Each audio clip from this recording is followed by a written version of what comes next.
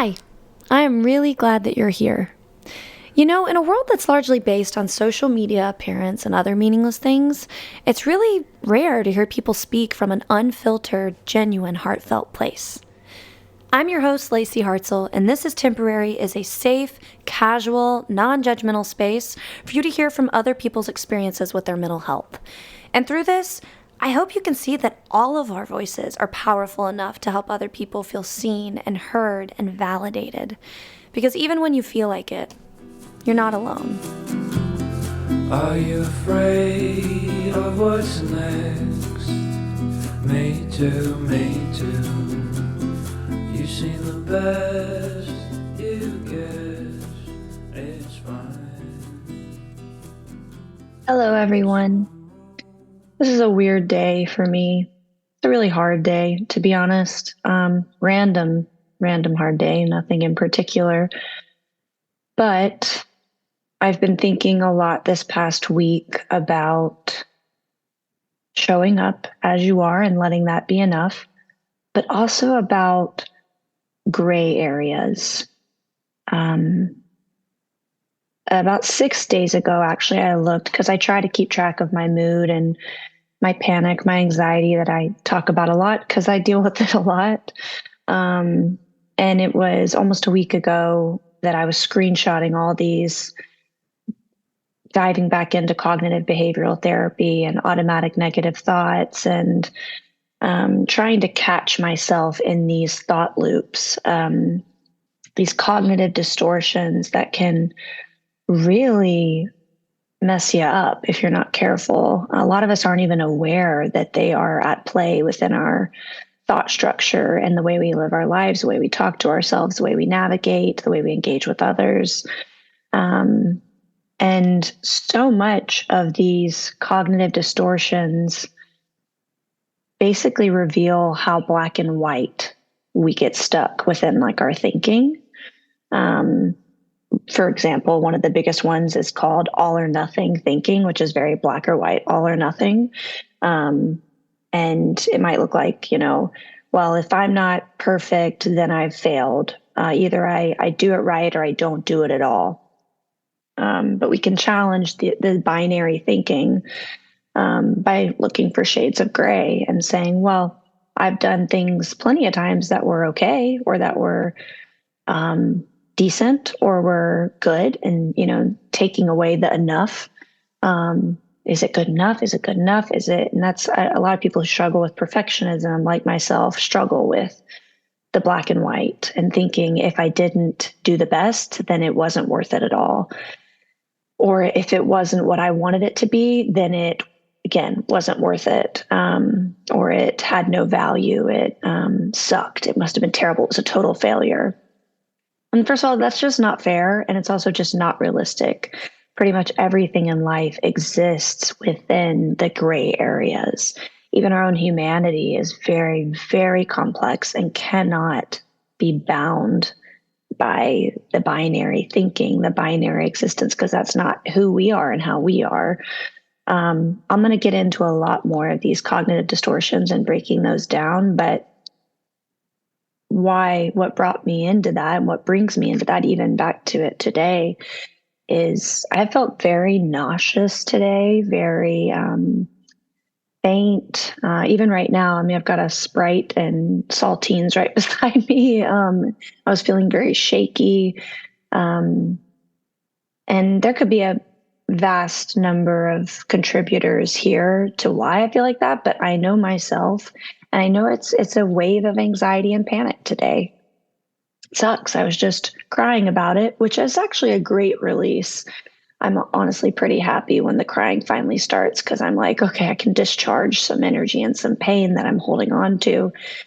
But I think the hardest part, and I might get emotional just because we're in it today.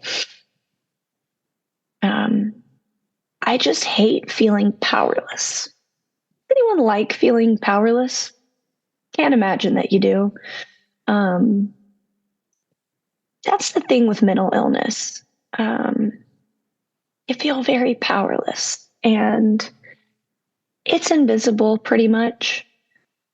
It's not like a broken leg, you know, that people can look at and be like, oh, that makes sense. That explains your side effects or symptoms or why you're behaving that way, why you feel off, why you want rest, why you need it. I was explaining to my husband, Bastion, that, you know, with my bipolarity, I definitely have dealt with a lot of depression in my life. Anxiety and panic, it's similar. I mean, they're all very similar, and not maybe in the way that they feel and the way that, you know, you experience them, but I think in the side effects of thought, of how you feel about yourself, and that powerlessness, that's the common denominator for me. The powerlessness, and what very often linked to powerlessness is hopelessness, because then you just start to go, where's the silver lining here? Like, where's my power? When will I feel like I even have a shot at defeating this, or, you know, not being afraid of it? Because it's like you're just constantly feeding the fear itself, the fear of it happening again. When's it going to come over me again? Whether it's anxiety or panic or depression or a bout of OCD, that obsession, or I mean, people who deal with schizophrenia. I mean, there's so many different versions that are very extreme, and then there's also the very subtle ones. But all that is to say, there's this fear of the fear itself, the fear of the thing itself, um, because it's the fear of, when am I going to be put into a position when I feel powerless? And is it going to be at the most inconvenient time? And will I be able to handle it? Can I trust myself? That's kind of how my thoughts spiral in response. I've mentioned before the application Rooted, ROOTD, that I really like using when I'm feeling anxiety and panic coming on. I press the panic button at the bottom a lot. It looks like the easy button, if y'all remember what that was, but it ain't easy, and it's not an easy button, but it does help make things a little easier. And I took a screenshot of two of the ones today that resonated, because I've been experiencing this very physically today. Sometimes it's more just the mental, but today it was very physical, and it still is.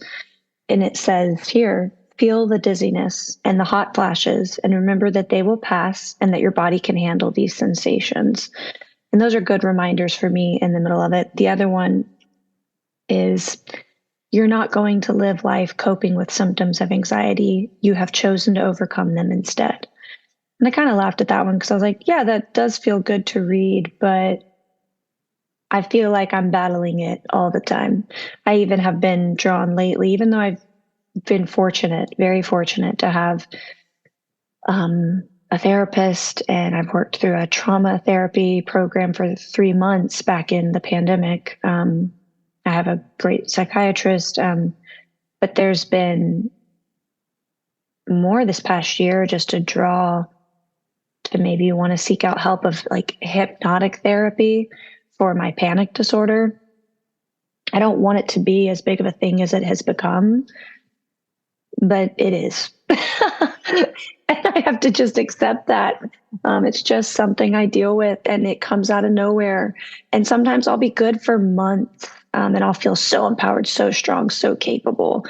And then there'll be a string of days where I'm just like, how did I ever do what I did? How was I ever so brave and strong and capable? Because now I feel like I can't accomplish anything. Like I can't even hardly take care of myself. It's very bizarre. But again, there's so much that's out of our control, and so much that we can't just snap our fingers and get rid of. But there are things that are in our control, and I like to focus on that. It's like, when there's so much you don't know, don't focus on what you don't know. Focus on what you do know, even if it's like 3 foundational things, you know, or the grounding techniques that we use, even in dialectical behavioral therapy, of like, observe and report, of the sky is blue and I can count the clouds, and there is a pink pen beside me. I'm holding my purple amethyst, and there's the table and it feels smooth and hard and cold. I mean, all those kinds of things that can kind of orient your brain back into the present moment, are really helpful. there's so many tools. And again, it's always adding tools to the shed so that in the moment when shit gets panicky, what do you turn to take care of yourself? Because you can take care of yourself. And it is just a sensational wave that will pass because we've made it through every single thing we've been through so far. Okay, let's get into some fun cognitive distortions, huh? Okay, let's talk about catastrophizing. Catastrophizing is when you expect the worst case scenario to happen to you. My brain is really good at that one since I was young. I remember I couldn't even spend the night at friends' sleepovers because my brain was up at night when everyone else was just so peacefully falling asleep after we did all the activities. I was just in the corner, like losing my mind about all the terrible things that could happen to my family while I'm away from them and what would I come home to. And I just couldn't. So if there's anything comforting to me about me dealing with panic disorder, it's that I've always known it. Like my earliest memories include this. So, and I know I'm not alone. I've talked to other people, even my friend Aaron Murtis, who has been on the podcast before. Oh, he's such a brother to me and like a soul brother. So I'm just giving him an awesome shout out for being an awesome human. And also the fact that he's opened up and talked to me so honestly and vulnerably about what he deals with, but it helped me to really see myself in what he deals with, what we deal with. So I didn't feel so alone or crazy. That's the stigmatized word there, is crazy. So with catastrophizing, it's blowing things out of proportion. Chicken is bringing me her ball to throw. Expecting the worst case scenario, but we can challenge it by putting a positive spin. And this is what my therapist likes to challenge me to do. He goes, okay, if you're going to consider the worst way something could go, then you have to, in the realm of reasoning, you have to consider the opposite and then know that the reality is somewhere in between, the gray area. Telling you, it's the gray area. The gray area is where we live and we can handle it. And think about it this way, like even I'll use an extreme. Chicken brought me her heart toy. Okay, mommy's doing a podcast right now. Good girl. So my wedding day, for example, a wedding day, and it was the one where I was marrying the right person. Second take. Bastion, the love of my life. And it's our wedding day in Paris. Such a good day. But life exists in the gray area. Even on the best day of my life, actually, yes, it was. There was so much gray area in there to remind me of the humanity of it all, of the gray area of it all. It was not all a win. There were things like I just felt so bloated. I deal with a lot of constipation issues. That's fun. And currently right now I am as well. TMI queen. And that's a lot of anxiety and panic stuff too. But those of you who relate to this, you get it. And those of you who don't, I am happy for you. My wedding day, I also had a wedding dress that I had picked out and loved and took it to obviously I was living in Paris. So I took it to not a seamstress, anyway, a guy who fixed it, a tailor there. And he was one who's very well known. This is like the fashion capital of the world, pretty much, other than Milan. And he made it worse, but we didn't know until day of because it was a rush to get it done. And so, of course, on your wedding day, you want to feel your prettiest and your best and feel good about your body and what you have to work with that day. And I felt distracted by that. For some reason, that played a bigger part than I wish it would have. But it also, when I'm looking back, it didn't take over the day. But it was definitely one of those annoying things. And then you pay a lot of money to, have things fixed. And I just didn't feel ideal. I felt like, there were weird angles, I don't know, of, the photos in the dress. But it's so silly. But it reminded me, and it's still to this day, it kind of makes me chuckle that that's a gray area, or it brought down the scale from my wedding day. That was such a good day. I felt such good energy around us, even though not all my family and friends could be there. but it was such a loving day surrounded by such light and love. And yet, little things like that were in there to remind me of the gray. It brought it down. And then even think of the worst days that you've ever experienced in your life and the worst times that were just like, just pure dark. I can always find in those moments little gifts, little sparkles of light, even if it's just in the kindness of a stranger smiling and sharing a kind word, or a butterfly passing by. There's just these little nods to remind you it's gray. It's not all bad and it's not all good. Okay, some more cognitive distortions. Overgeneralizing is a big one. Drawing broad conclusions like it's always like that, or it's never like that, or you never do this, or so an example might be like if you or your partner have upset one another, if you're like, gosh, you always do this. And it's like, well, in reality, no, they don't. If they've done it a couple times, like it might feel like in that moment, it's always like this. But it's probably an overgeneralization. You can challenge this one by remembering that one instance or a few instances does not always necessarily mean that that's a pattern. And if it is a pattern, then that's something else to talk about with your partner or with yourself. Mental filtering, only paying attention to certain types of evidence, might look like only noticing failures and ignoring successes. Ooh, how about reviews, huh? Or how about feedback? Whereas, like, people might give you so much positive feedback, so many kind things to say in regard to anything in life, but you get one negative review, you get one negative comment, and it's like all you think about as if it completely takes you down. It's mental filtering. And we have to ask ourselves, why is that what I focus on? And do I think that of myself? Am I looking for ways to validate that I don't feel worthy? Am I looking for ways to validate that I don't belong? Because if you're looking for that, you will find it. Brene Brown quote. But it's true. Don't look for that. You'll find it. Your brain works that way, to look to validate itself. So if you believe that you don't belong and you believe that you are not worthy, you're going to cling to the things that reaffirm that thought pattern. And that's something that's been conditioned into us. That doesn't mean that our soul, the purity of who we are, believes that. No, we hurt in response to those thoughts because our heart wants to protect us and wants us to believe our worth and our value and our belonging. So yeah. Another one, jumping to conclusions, which can look like mind reading or fortune telling, making assumptions. It's one of the 4 agreements. Imagining that we know what others are feeling or predicting the future, when in truth, like, we can stop and take notice, ask ourselves, okay, but is this really true? And how do I know this? And what do I really know here? Versus making all these, assumptions and conclusions. And again, looking to see, are we sabotaging ourselves here? Because a lot of the times we are. And again, it's not because we consciously want to. This is a very subconscious thing.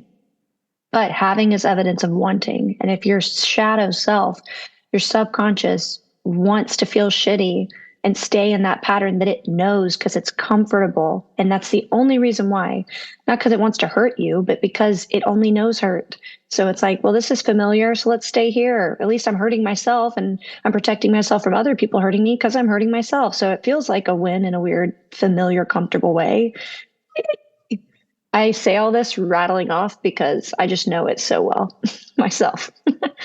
In addition to the mental filtering is disqualifying the positive, discounting the good things that have happened. You might be like, yeah, but that doesn't count because blah, blah, blah. And you're trying to just tear yourself down. But no, celebrate the small things. Remember the positives. Take note. Honestly, if you had a great day, make a note of it so you can look back on a hard day and go, but I was okay that day. So clearly this day will pass just like that one did.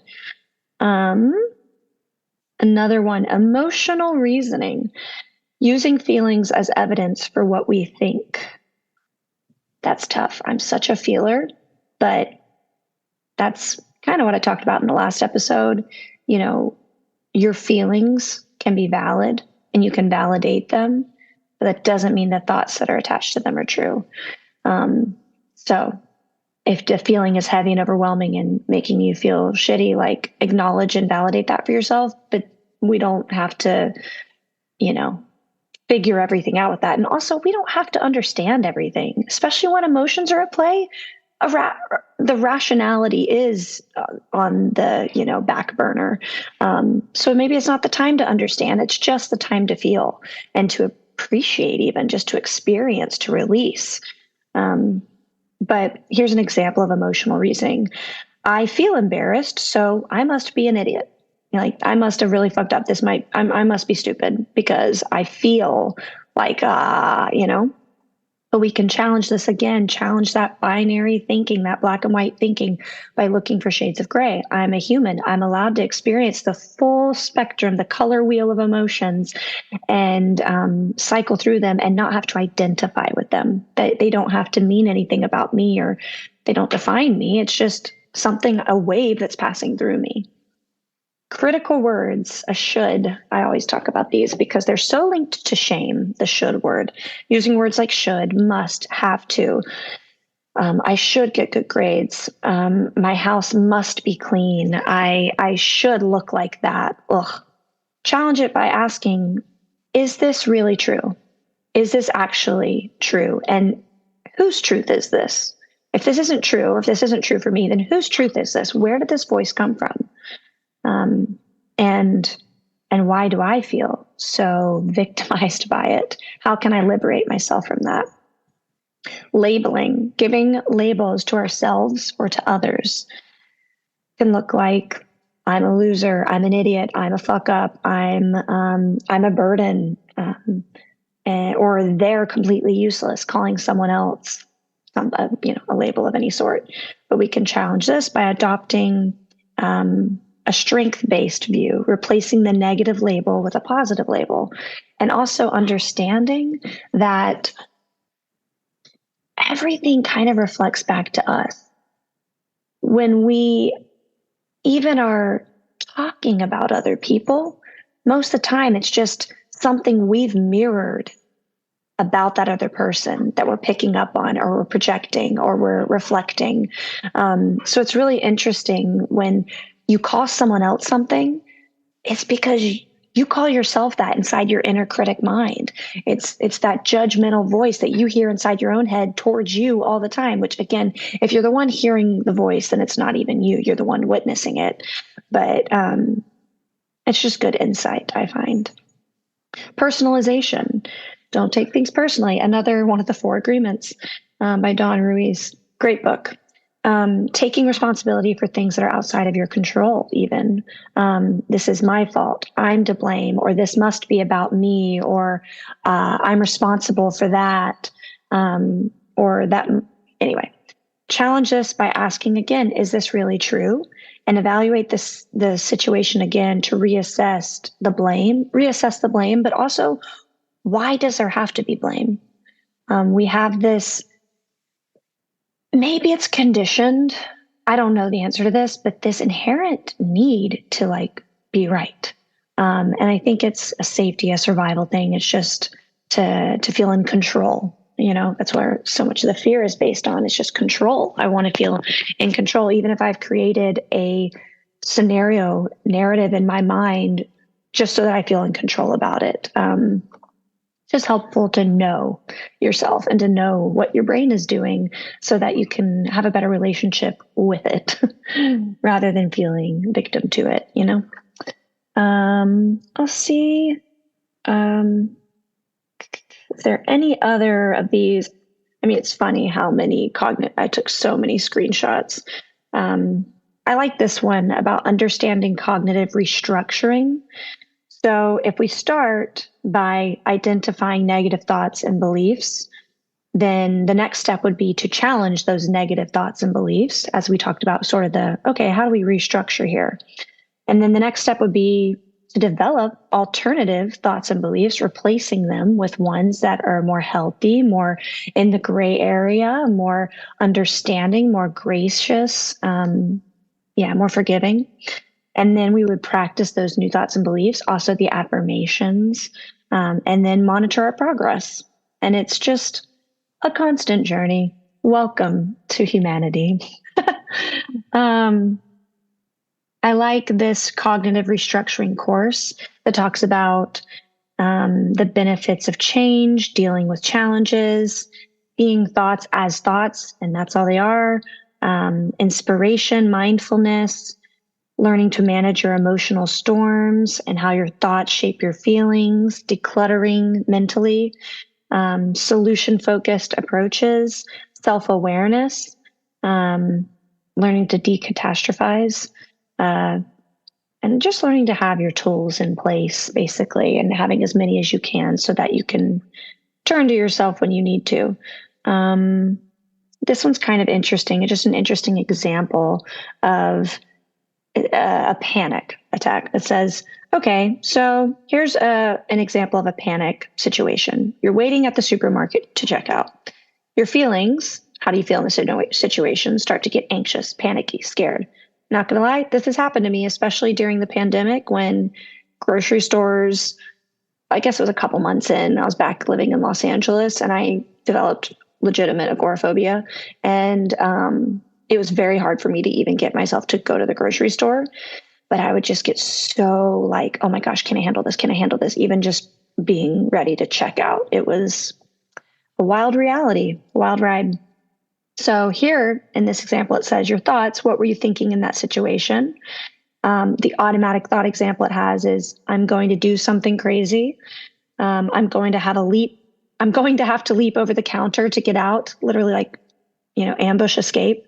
The deeper thoughts sunk into, if I don't get out, I will lose it. I will lose my mind and end up in a mental hospital. Core belief is at the end of all these thoughts is, I am losing my mind. And I have been there so many times, and it's just terrifying. It's just sheer panic and terror.